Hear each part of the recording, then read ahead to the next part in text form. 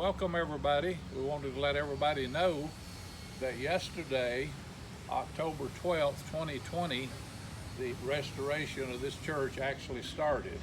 As you can see behind me here, you see some of the remnants of the old wood that's been taken off. We got a long way to go, and if we get back at the pan up to the church, they're putting new fascias all the way around, rebuilding the cornice. That's one of the first things. And then the roofing has been ordered, and that will be here within the next week or two, and we're trying to get all the woodwork done before it gets here. In the last video that we shot August 29th, we told everybody that the church had a parsonage house that was up for sale.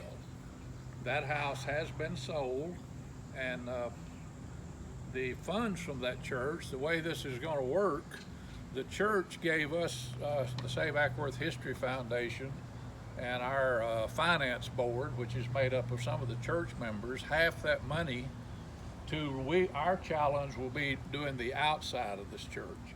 The roof, the restuccoing, the windows, and a lot of little things like this wall behind me. If you can see here, it'll have to be rebuilt. So we got a lot of little things to do that really we'll get into quite a bit of expense.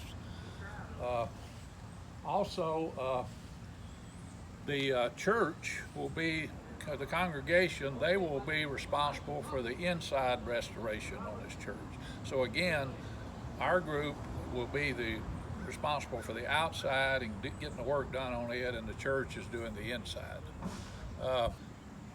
The donations and instructions will be included in this post, so just go to them. We are going to need, we don't want to have to stop when we start this project. We want to go all the way with it, and really, I'd like to see this church look better than it's ever looked. I think we can do that.